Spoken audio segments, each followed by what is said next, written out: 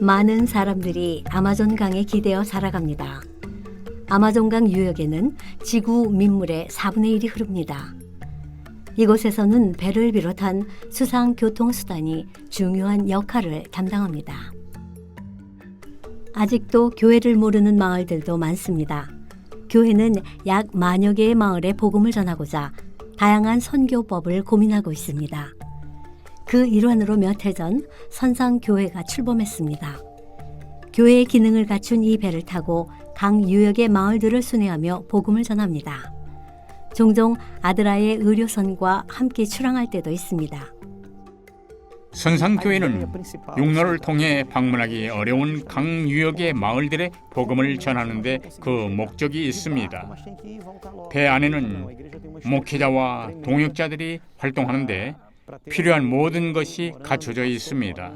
주민들이 함께 예배를 드릴 수 있는 강당은 물론입니다. 배 안의 예배당에는 약 120명을 위한 좌석이 마련되어 있습니다. 편안한 좌석에 앉아 말씀을 듣습니다. 이 지역민들을 위한 복음 전도가 얼마나 어려운 일인지 저는 잘 알고 있습니다. 하지만 이 사업이 갖고 있는 비전과 열정에 공감했습니다. 아무리 험난하고 먼 여정이라도 복음을 전하기 위해 배를 띄울 것입니다. 배 안에는 생활할 수 있는 시설이 갖춰져 있습니다. 목회자 겸 선장으로 봉사하고 있는 르노 구에라 목사님 가족은 선교 사역을 위해 기꺼이 불편한 선상 생활을 받아들였습니다. 많은 사람들이 환호하며 배를 맞이합니다. 아름답고 독특한 배의 외양에 주민들이 큰 관심을 보입니다. 확성기를 든 목사님이 사람들의 주의를 집중시킵니다. 목사님의 초청에 따라 주민들이 배에 탑승합니다. 이 마을은 이미 복음 선교 활동이 시작된 곳입니다. 일단 한 마을에 닻을 내리면 약 2달간 집중적으로 선교 활동을 전개합니다. 선상교회의 성과로 첫 해에만 2곳의 교회를 설립했습니다. 작년 6월에도 구티에레즈 교회가 문을 열었습니다. 이 교회는 선상교회의 첫 자녀 교회입니다. 선상교회를 어머니로 하여 아마존 유역의 모든 마을에 자녀 교회들이 세워질 것입니다. 아마존에 기적이 일어나고 있습니다. 이 사업으로 인해 하나님과 재림교회에 대한 주민들의 인식이 바뀌고 있습니다. 이러한 변화는 그들의 사회와 문화를 변화시킵니다. 삶이 더 차분해지고 행복해지고 온전해져 갑니다. 교회는 지역사회로 하여금 마음을 모으고 힘을 합쳐 스스로 지역사회를 발전시켜 나갈 수 있도록 독려합니다. 이 배로 인해 많은 영혼들이 주님을 알게 되었습니다. 이 배는 라디오 신호도 닿지 못하는 오지까지도 거침없이 들어갑니다. 우리 모두는 이 배가 아마존 구석구석까지 복음을 전파하는 사업에 앞으로도 아주 오래 사용되기를 기도합니다. 교회는 미개척 선교지들의 복음을 전하기 위해 강과 바다를 항해합니다. 아마존을 위한 희망을 싣고 오늘도 돛을 펼치는 선상교회와 선교사들을 위해 많은 기도 부탁드립니다. 세계 선교를 위한 성도 여러분의 헌신과 관심에 감사드립니다.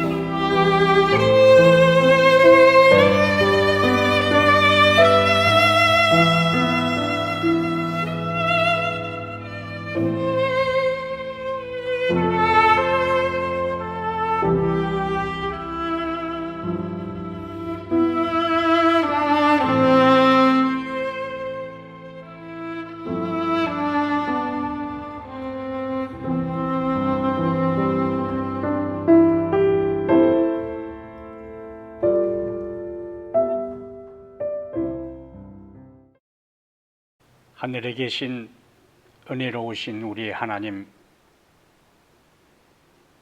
힘들고 고단한 인생길에도 주님이 우리의 아버지로, 우리의 보호자로, 우리의 인도자로 우리와 언제나 함께 하시는 것을 인하여 진심으로 감사를 드립니다. 지난 한 주일 동안도 사랑하는 주의 백성들을 보살피시고 피로를 채우시며 모든 위기와 어려움으로부터 지켜주신 우리 하나님께 이 안식일을 맞이하여 다시 한번 주의 이름을 높이고 찬양하고 감사를 드립니다. 오늘 우리가 하나님 앞에 각자가 있는 삶의 처소에서 예배 드릴 때에 우리의 마음이 흐트러지지 않게 하시고 가장 경건한 자세와 마음으로 그곳에서도 함께 하시는 거룩한 영의 임재를 의식하며 주님 앞에 예배하게 하여 주시옵소서. 비록 우리가 공적 예배를 함께 드리지 못한다 할지라도 주의 성령으로 교감하게 하시며 동일한 시간에 동일한 마음으로 동일한 살아계신 하나님 앞에 예배할 때 우리의 마음에 감동 있게 하시고 기쁨 있게 하시며 말씀을 통한 새로운 깨달음 앞에 헌신을 다짐하는 이 한 시간 되게 하여 주시옵소서. 우리 주 예수님 이름으로 기도하옵나이다. 아멘.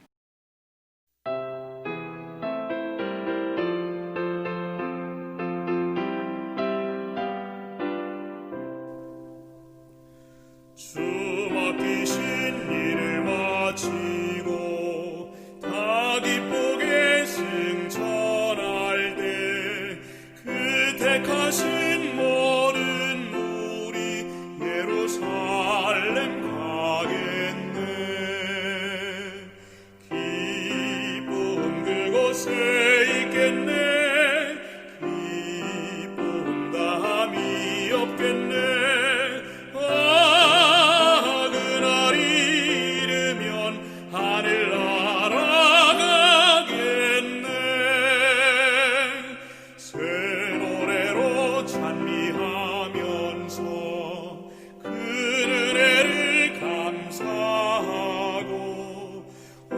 대신 주 경배하며 예루살렘 살겠네.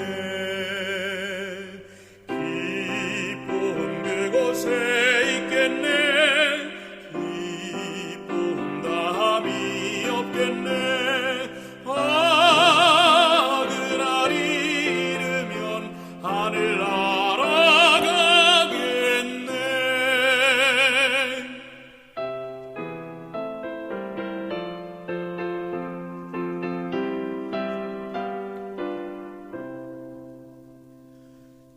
정금으로 지은 저 전성 주 지으신 저소 일세 무성도들 그곳에서 영원 복락 누리리. 기쁨 그곳에 있겠네. 기쁨 다함이 없겠네.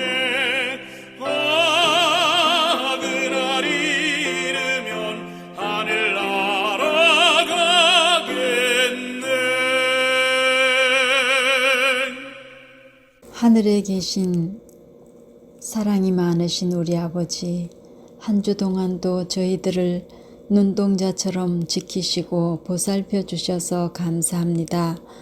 오늘도 주님의 은혜로 거룩한 안식일을 기억하여 창조주 하나님께 예배드리는 타코마 교회 모든 성도님들을 만나주시고 우리 마음과 몸이 쉼을 얻고 평안을 얻게 하여 주시옵소서.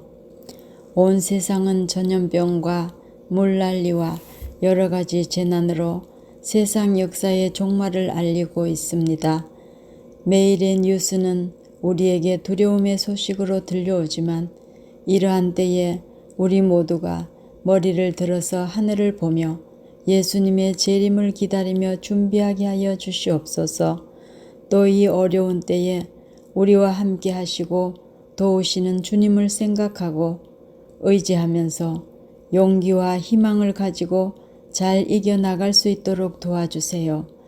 이 시간도 목사님을 통해서 말씀하여 주실 때 성령께서 충만하게 역사하여 주시고 우리의 마음을 말씀에 집중되게 하시고 하나님께서 깨닫기를 원하시는 대로 말씀을 깨달을 수 있게 도와주세요. 날마다 저희들의 생활 속에서 성령의 인도를 따라 깨달은 지식을 적용하며 서로 사랑하고 모든 사람과 화평하고 하나님 앞에서 바르게 살아가도록 교훈하여 주시옵기를 예수님의 이름으로 기도합니다. 아멘.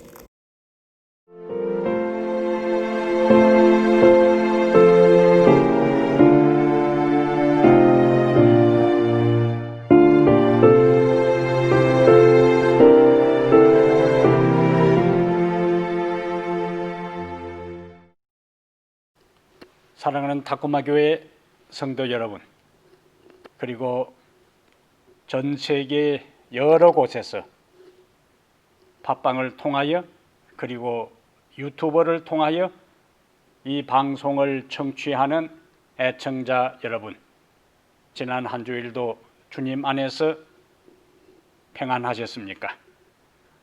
오늘 이 안식일을 맞이하여 다시 살아계신 하나님 앞에 예배 드리면서 말씀을 여러분과 함께 나누게 된 것을 기쁘게 생각합니다. 오늘 우리가 함께 살펴볼 하나님의 말씀은 누가복음 4장 14절 15절, 사도행전 10장 38절의 말씀을 함께 보겠습니다. 누가복음 4장 14절 15절, 예수께서 성령의 능력으로 갈릴리에 돌아가시니 그 소문이 사방에 퍼졌고 친히 그 여러 회당에서 가르치심에 뭇 사람에게 칭송을 받으시더라. 다시 사도행전 10장 38절, 사도행전 10장 38절, 하나님이 나사렛 예수에게 성령과 능력을 기름 붓듯 하셨음에 그가 두루 다니시며 선한 일을 행하시고 마귀에게 눌린 모든 사람을 고치셨으니 이는 하나님이 함께 하셨음이라. 아멘. 오늘 전 누가복음 4장 14절 15절과 사도행전 10장 38절 두 말씀을 본문으로 해서 예수님 사역의 능력의 비결, 예수님 사역의 능력의 비결, 이런 제목으로 하나님의 말씀을 함께 나누려고 합니다. 최근에 전 세계적으로 자연재해가 우리가 보고 경험하는 것처럼 빈번하게 발생하고 있습니다. 중국에서는 홍수로 인한 이재민이 벌써 5천만 명이 넘게 발생했다는 뉴스를 접합니다. 한국도 집중호우 때문에 물난리가 나서 곳곳이 침수되고 파괴되어 재산과 인명피해가 속출했다는 안타까운 소식을 듣고 봅니다. 거대한 산불과 강력한 지진, 그리고 쓰나미, 토네이도가 휩쓸고 지나간 자리는 이름 그대로 초토화되고 맙니다. 이러한 자연의 위력 앞에 인간은 한없이 초라하고 무기력하기만 하다는 사실을 절실히 깨닫게 돼요. 하나님께서 허락하시는 범위 안에서 일어나는 자연계도 이렇게 강력한 위력을 발휘한다면 그 모든 것을 지배하시는 하나님의 능력은 얼마나 크고 강력하겠습니까? 그래서 저는 자연재해의 뉴스를 접할 때마다 파괴적이고 부정적인 능력이 아니라 세우고 살리고 일으키는 긍정적인 능력을 달라고 하나님 앞에 참으로 간절한 마음으로 기도를 드립니다. 지금까지 우리는 계속 예수님과 예수님의 생애와 성령님과의 관계를 우리가 살펴보고 있습니다. 예수님은 마리아에게 성령으로 잉태되셨어요. 그러니까 예수님의 삶의 출발, 생명의 출발은 성령과 더불어 시작되었다. 마태복음 1장 20절의 말씀이에요. 그리고 그분은 30세에 요단강에서 침례를 받으실 때에 마태복음 3장 17절에 보니까 성령이 무슨 형체로요? 비둘기 같은 형체로 예수님에게 임하셨어요. 그 다음에 우리가 마태복음 4장 1절에 보면은 성령의 인도로 어디로 가셨는가? 광야로 가셔서 그리고 성령에 이끌리며 사단에게 시험을 3차례에 걸쳐서 받습니다. 그런데 모든 시험을 성령님의 능력과 말씀을 의지해서 그는 승리하셨어요. 그리고 이제 오늘 본문으로 연결됩니다. 오늘 본문 누가복음 4장 14절에 예수께서 성령의 능력으로 갈릴리에 돌아가시니 그 소문이 사방에 퍼졌고 친히 여러 회당에서 가르치심에 뭇 사람에게 칭송을 받으시더라고 말씀하고 있습니다. 우리가 예수님의 사복음서의 삶을 살펴보면은 예수님의 삶의 모든 모습, 지상에서의 봉사 사역,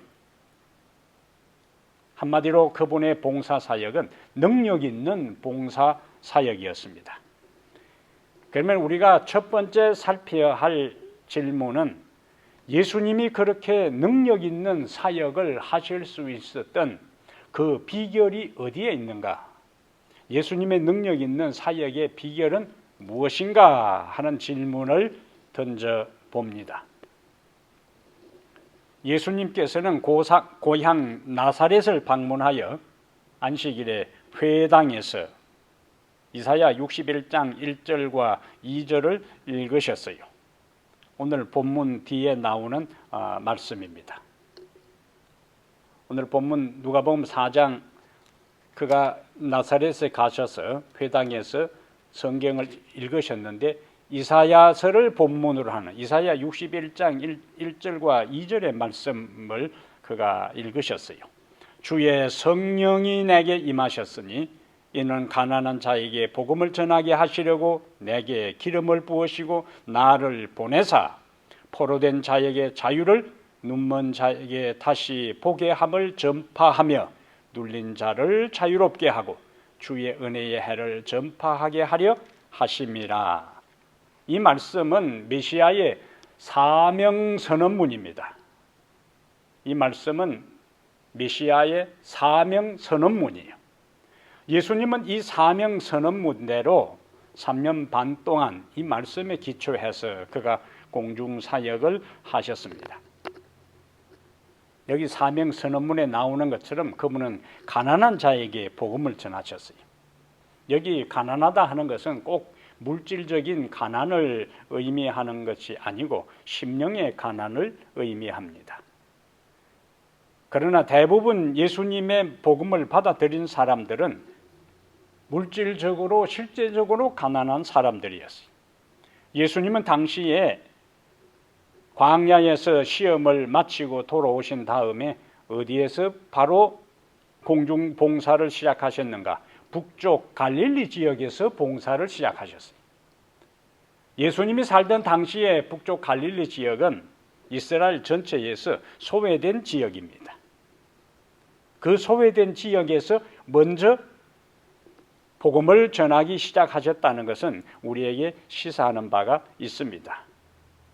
그리고 그 제자들도 12명의 제자들을 예수님이 부르셨잖아요.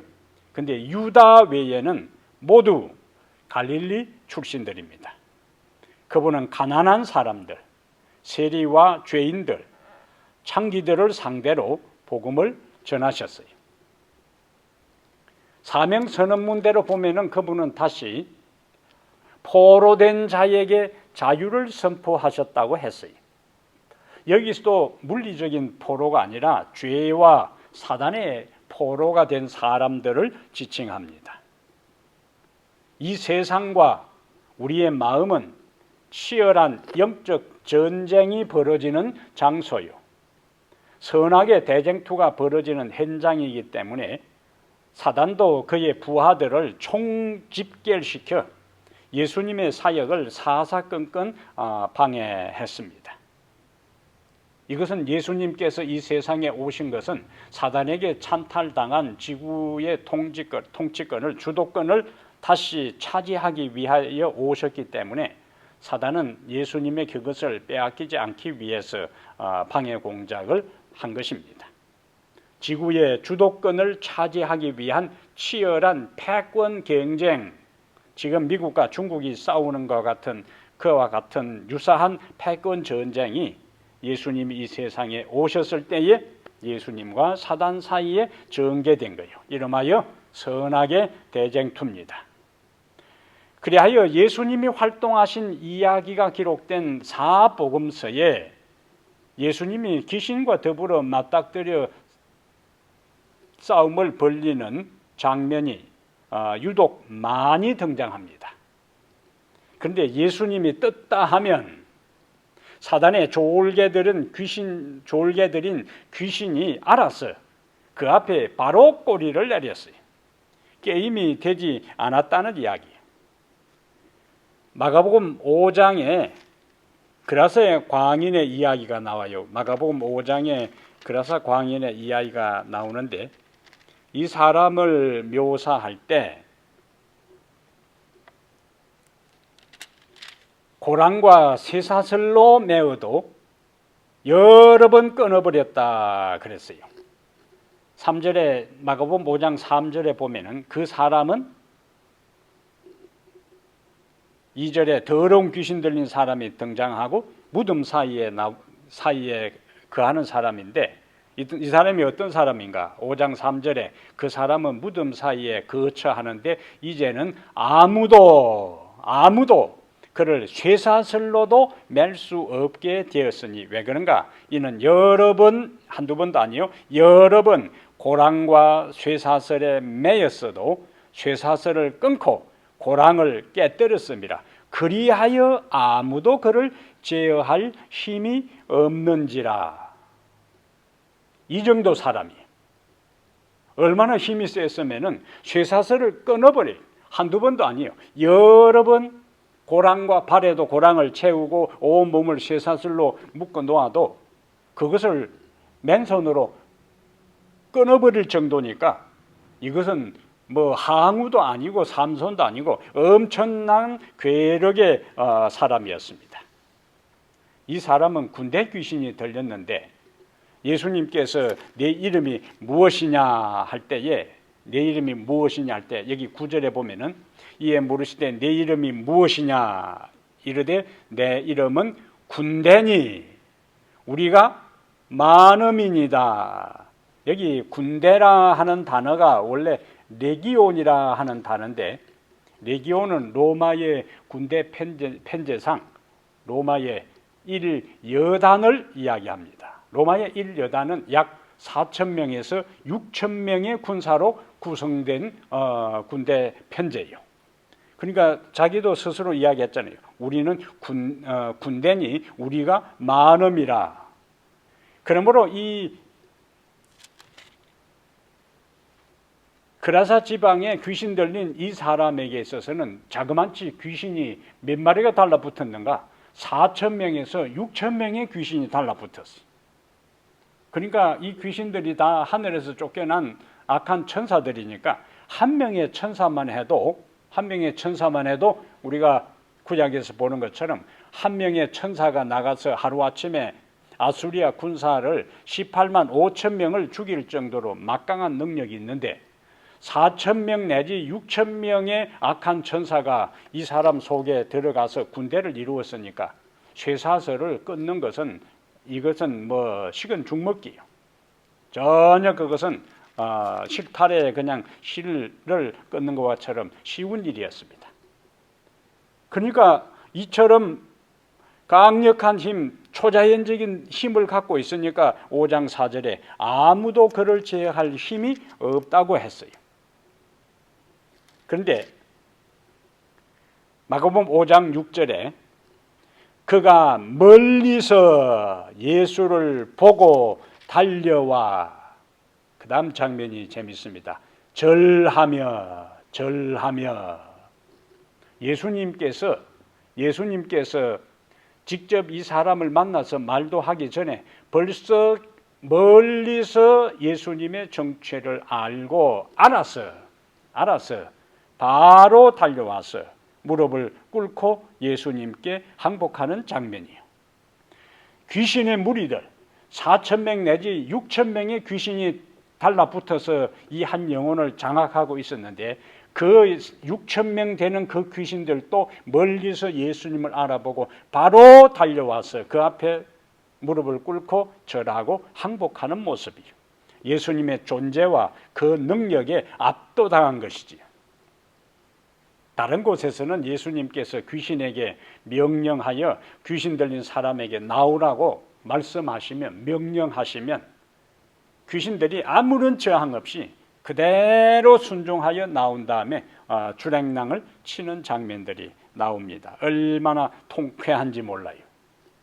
바로 귀신을 제압하는 예수님의 권세와 능력입니다.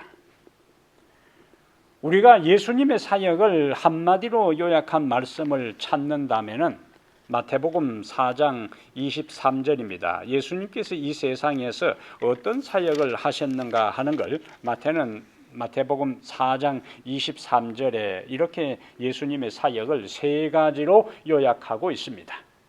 마태복음 4장 23절에 예수께서 온 갈릴리에 두루 다니사 그들의 회당에서 가르치시며 천국 복음을 전파하시며 백성 중에 모든 병과 모든 약한 것을 고치시니, 이것을 우리가 예수님의 삼중사역이라 그럽니다. 정리하면 뭡니까?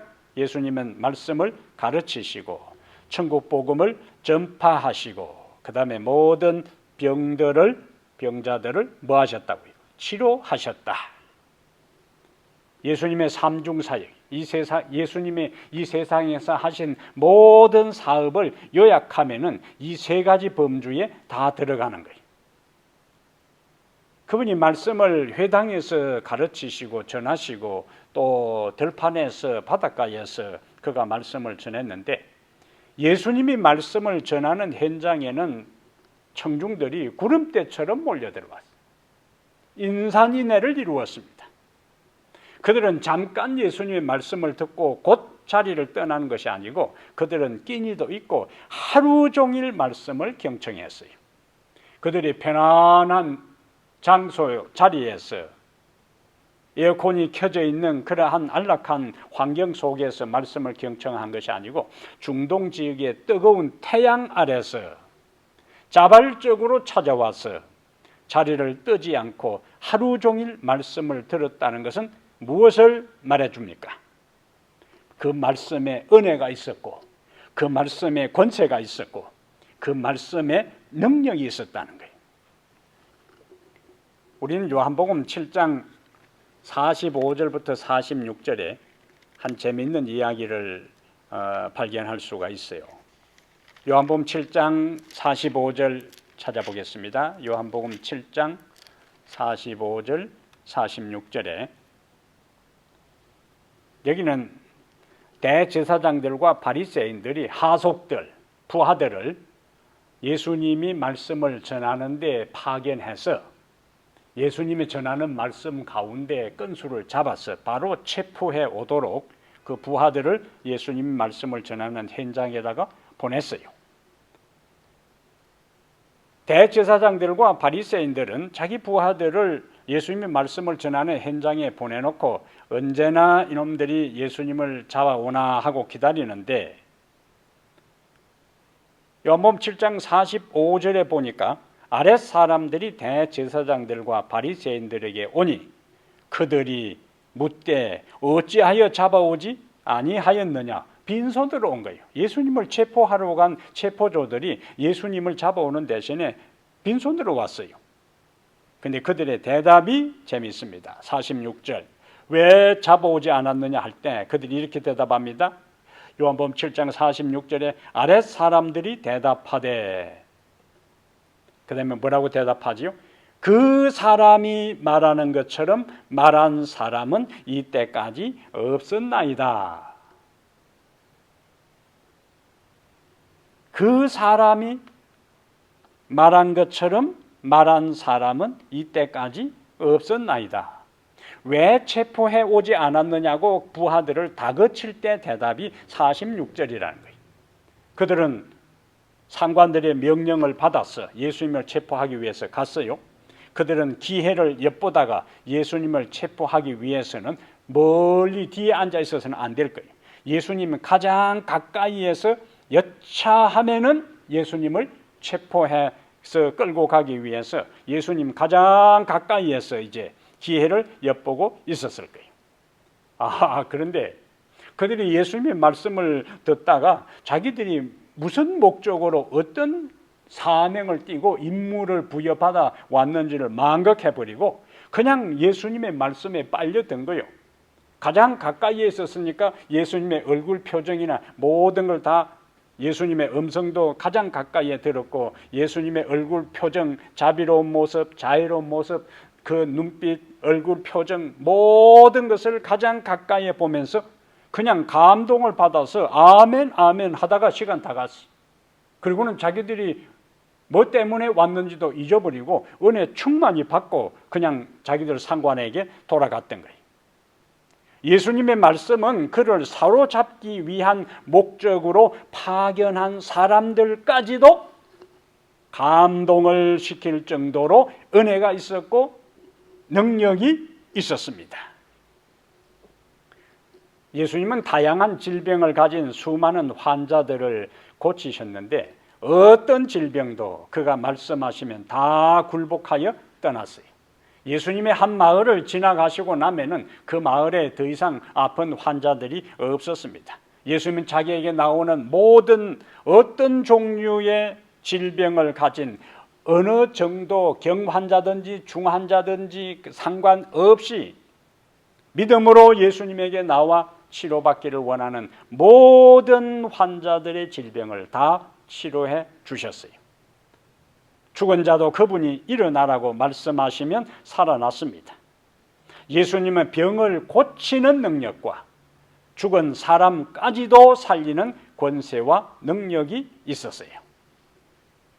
그러면 이제 다시 처음의 질문으로 돌아가 보겠습니다. 예수님의 능력 있는 사역의 비결은 무엇인가? 예수님의 능력 있는 사역의 비결은 무엇인가? 그것이 오늘 본문 누가복음 4장 14절과 15절입니다. 예수께서 성령의 능력으로 갈릴리에 돌아가시니 그 소문이 사방에 퍼졌고 친히 그 여러 회당에서 가르치심에 뭇사람에게 칭송을 받으시더라. 그 다음에 다시 사도행전 10장 38절에 하나님이 나사렛 예수에게, 그 다음 뭐가 나오지요? 성령과 능력을 기름 붓듯 하셨음에 그가 두루 다니시며 선한 일을 행하시고 마귀에게 눌린 모든 사람을 고치셨으니 이는 하나님이 함께 하셨음이라. 아멘. 마태복음 12장 28절에는 예수님은 하나님의 성령을 힘입어 귀신을 쫓아낸다고 말씀하셨어요.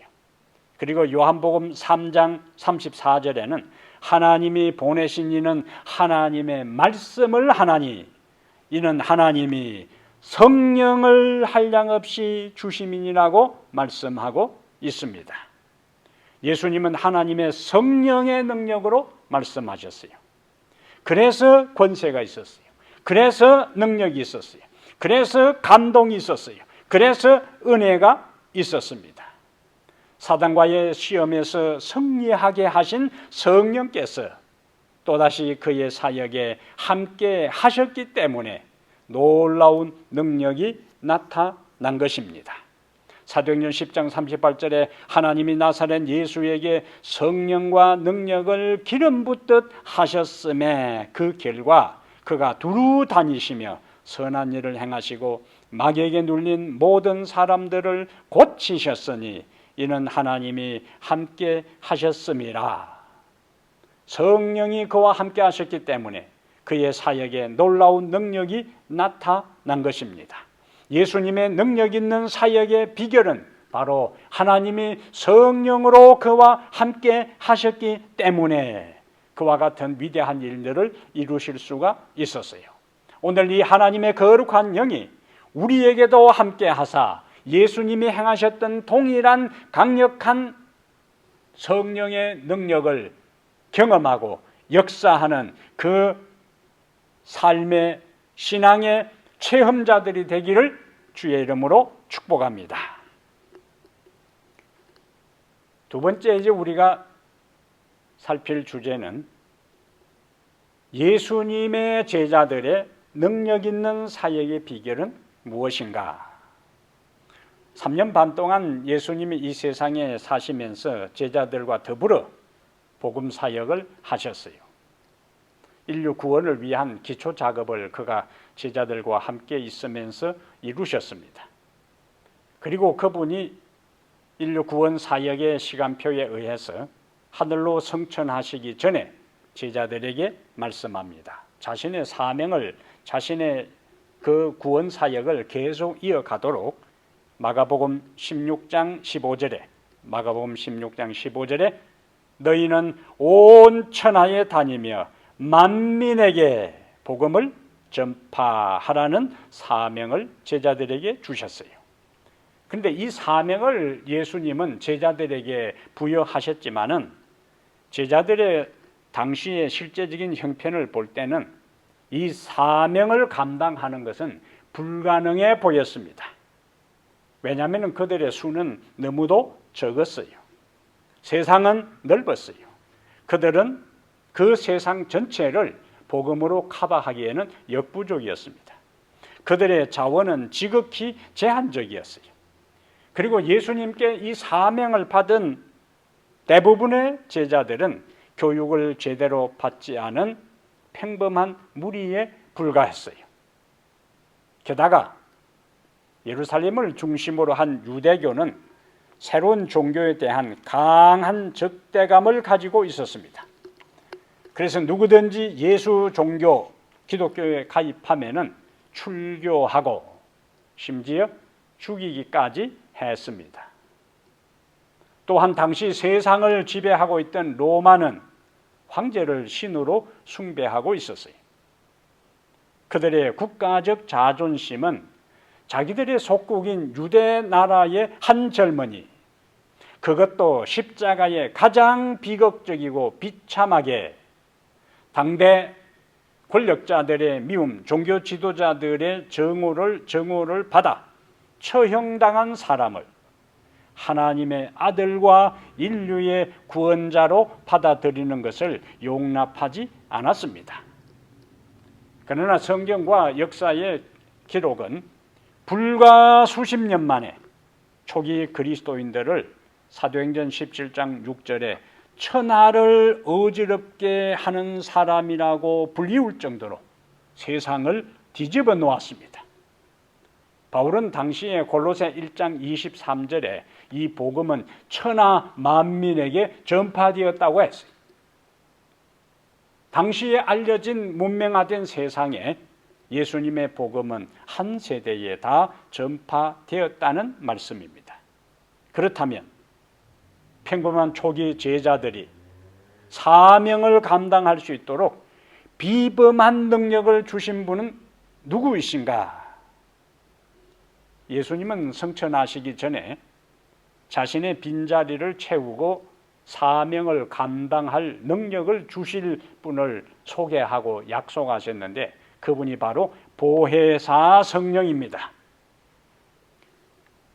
누가복음 24장 49절에 누가복음 24장 49절에 볼지어다 내가 내 아버지의 약속하신 것을 너희에게 보내리니 너희는 위로부터 능력을 입히올 때까지 이 성에 유하라 하시니라. 그리고 부활하신 후에 예수님은 40일 동안 그들과 함께 있으면서 하나님 나라의 복음을 그들에게 가르치면서 이렇게 말씀합니다. 우리가 잘 아는 말씀입니다. 사도행전 1장 8절에 오직 성령이 너희에게 임하시면 너희가 권능을 받고 예루살렘과 온 유대와 사마리아와 땅끝까지 이르러 내 증인이 되리라. 그들 스스로의 지혜, 경험, 힘, 방법 이것 가지고는 예수님께서 하신 말씀대로 만천하에 다니며 모든 사람 만민에게 복음을 전하라는 이 중차대하고 막중한 사명을 감당할 수가 없었던 겁니다.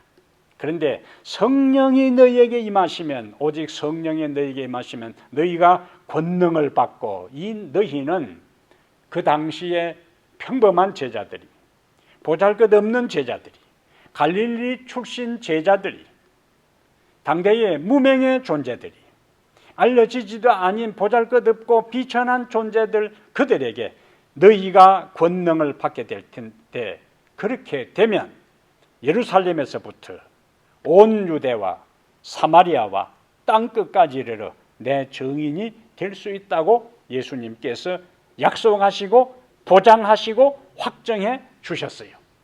예루살렘 유대교의 본산지입니다. 정통 유대교인들이 오랫동안 자리 잡은 그곳에 복음을 전하는 것은 인간적으로 불가능한 일이었어요.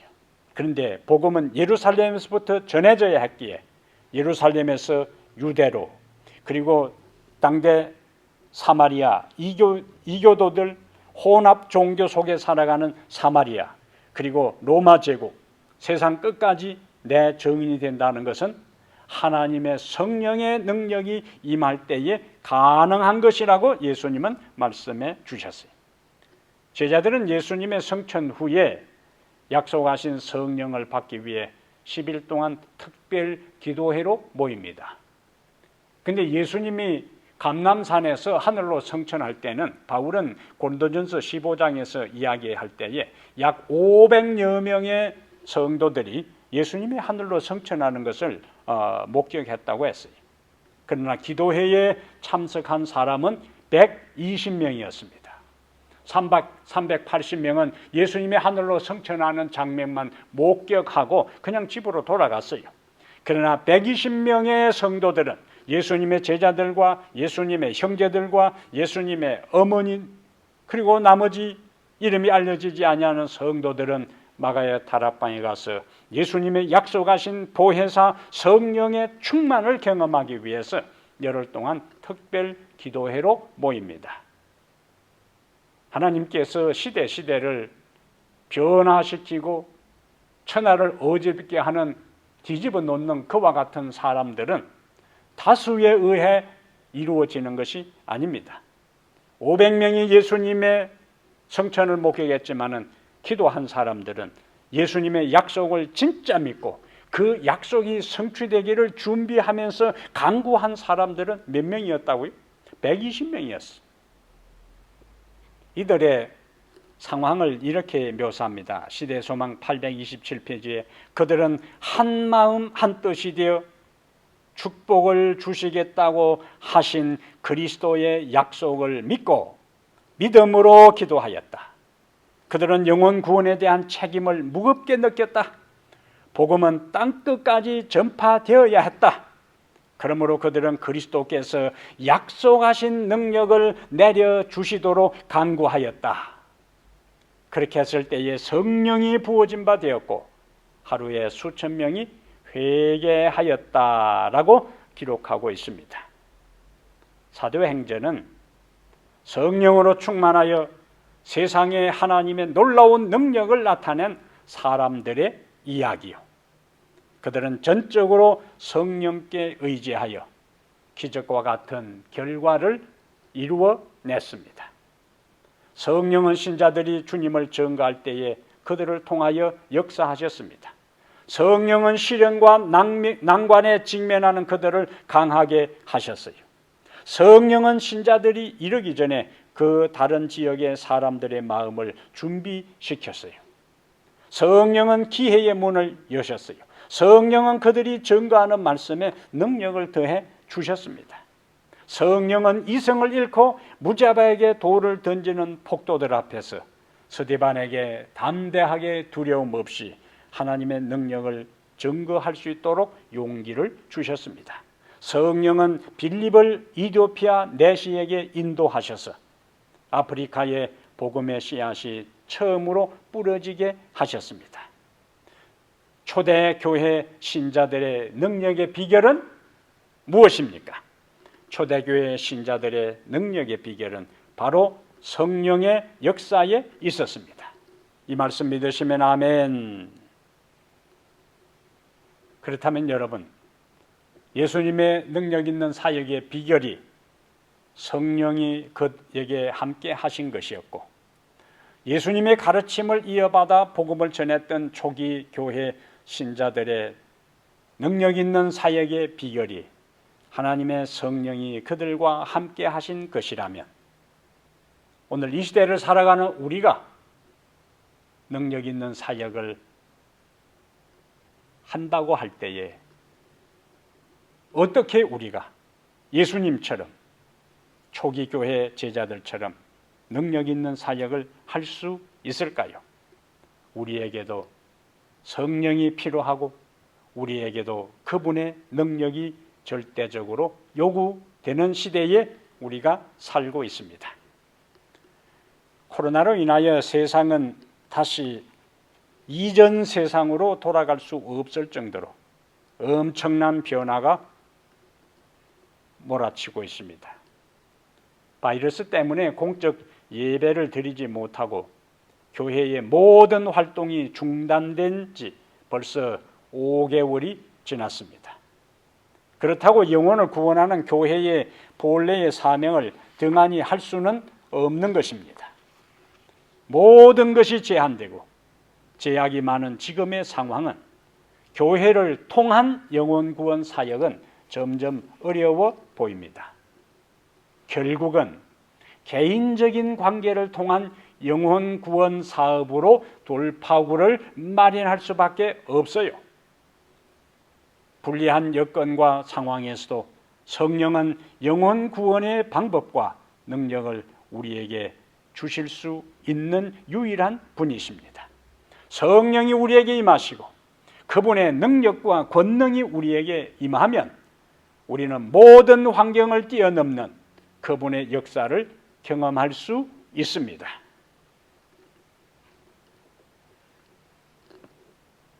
텍사스 주에 이란시라 하는 곳이 있는데 여기에 예이츠 풀이라는 유명한 유전지대가 있습니다.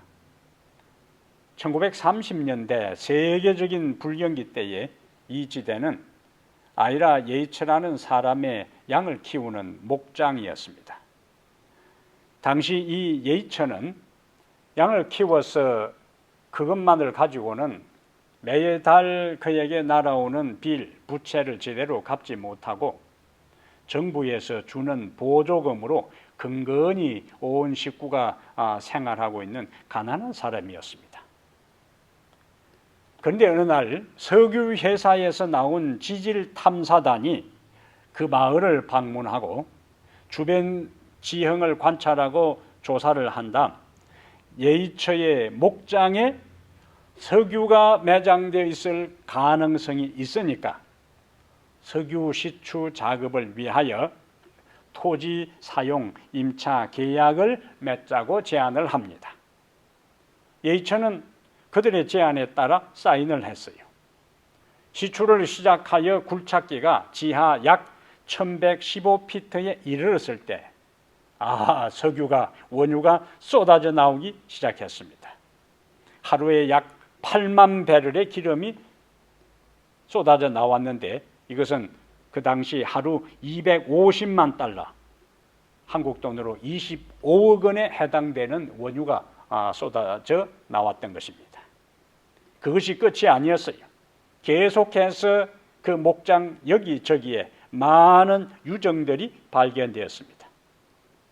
전문가들이 그 당시 발견한 유정들을 조사해 보니까 그 당시에 앞으로 30년간 계속하여 하루 12만 5천 배럴을 퍼낼 만한 기름이 매장되어 있는 것을 확인했어요. 그동안 예이처는 엄청난 기름이 자기 목장 지하에 매장된 줄도 모르고 지독히 가난한 삶을 하루하루 살고 있었던 것입니다. 그 후에 예수의 삶은 어떻게 되었을까요? 짐작하고도 남음이 있습니다. 성령은 우리에게 우리의 삶에 엄청난 원유가 매장된 유전과 같습니다. 구하기만 하면 그분은 아낌없이 우리에게 주십니다. 자신의 지혜도, 자신의 능력도, 자신의 사랑도, 자신의 열정도, 모든 것을 우리가 주를 위하여 간구할 때에 그분은 우리에게 주시는 분이. 그래서 누가복음 11장 11절부터 13절에 누가복음 11장 11절부터 13절에 너희 중에 아버지 된 자로서 누가 아들이 생선을 달라 하는데 생선 대신에 뱀을 주며 알을 달라 하는데 정갈을 주겠느냐? 너희가 악할지라도 좋은 것을 자식에게 줄 알거든. 그 다음 말이 중요합니다. 하물며 너희 하늘 아버지께서 구하는 자에게 마지막에 뭡니까? 성령을 주시지 않겠느냐? 이 말씀 믿으시면 아멘. 사도행적 50페이지에 왜 우리는 성령의 선물을 열망하고 애타하지 않는가? 왜 우리는 그것에 대하여 말하고 그것을 위해 기도하지 않는가? 주께서는 부모가 자식에게 좋은 선물을 주기를 원하는 것보다 당신을 섬기는 자들에게 성령을 주시기를 더 원하고 계신다. 모든 주의 일꾼들은 매일 성령의 침례를 받기 위해 하나님께 탄원해야 한다. 사랑하는 여러분, 예수 그리스도를 잉태시킨 성령, 젊은 시절 그의 걸음을 인도하신 성령, 광야의 시험에서 사단과의 시험에서 승리하게 하신 성령, 그리고 갈릴리로 돌아올 때에 성령의 능력으로 함께 임해서 그를 영적으로 무장시켜서 지상 사업을 능력 있게 행하게 하신 성령, 예수님의 사역을 이어받아 제자들이 주님의 사역을 이어갈 때에 똑같은 능력으로 역사하셨던 성령, 그리하여 초대교회 복음의 역사를 이루신 성령이 오늘 우리에게도 임하게 되기를 바랍니다. 모든 것이 불안한 시대에 살아갑니다. 불확실한 시대를 살아갑니다. 이때에 다시 그분의 임재와 약속하신 능력, 다함없는 능력을 간구하게 되기를 바랍니다. 그러면은 너희가 악할지라도 좋은 것을 자식에게 줄 알거든. 하물며 너희 하늘 아버지께서 구하는 자에게 성령을 주시지 않겠느냐라는 이 예수님의 말씀처럼 우리에게 성령을 주시고 그분이 가지셨던 능력을 우리에게 주실 것입니다. 그리하여 우리도 그분의 함께 하심과 주시는 능력을 통하여 예수님처럼 제자들처럼 이 시대에 우리의 믿음을 유지하고 주신 사명을 넉넉하게 감당하는 성도들 다 되시기를 주의 이름으로 축복합니다.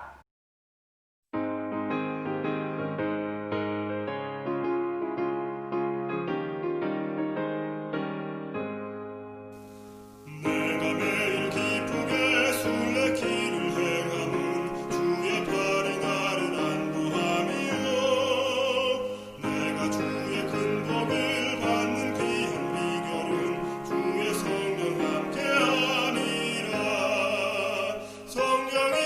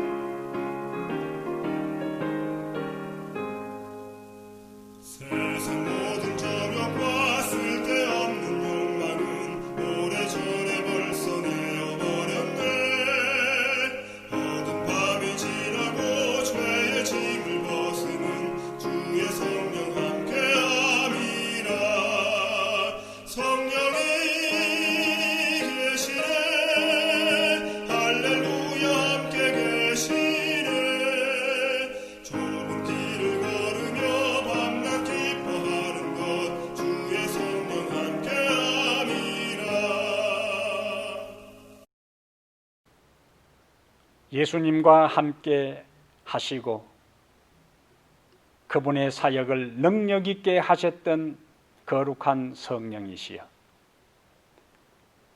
제자들과 함께 하시고 제자들의 사역에 놀라운 능력으로 역사하셨던 거룩한 성령이시여, 오늘 우리에게 임하여 주시옵소서. 성령을 위해 기도하고 성령을 목말라 하고 성령을 갈망하는 우리 모든 성도들, 이 방송을 듣는 모든 청취자들 한 사람 한 사람에게 거룩한 영이시여 임하여 주시옵소서. 강림하여 주시옵소서. 그들에게 능력을 주시고 세상을 이길 수 있는 힘을 주시고 죄악을 물리칠 수 있는 능력을 주시고 영혼을 구원할 수 있는 지혜를 주시고 영혼을 사랑하는 마음을 허락하여 주시옵소서. 이 힘들고 어려운 시대가 언제 끝날지 모릅니다. 하나님 아버지, 공적 예배가 중단된 이때에 주님 앞에 홀로 서게 하시고 교회의 예배를 드리지 않아도 우리들 개인의 삶의 행장에 임재하셔서 우리를 깨우치시고 우리를 인도하시고 우리에게 은혜를 주시고 권세와 능력을 주시는 성령 하나님을 의지하여 능력 있는 삶을 살아가게 하여 주시옵소서.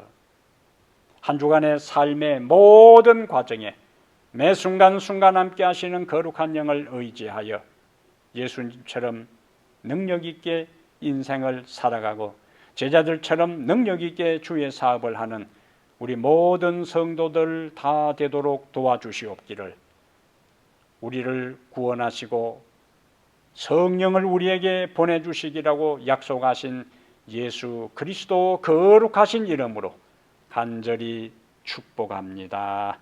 아멘.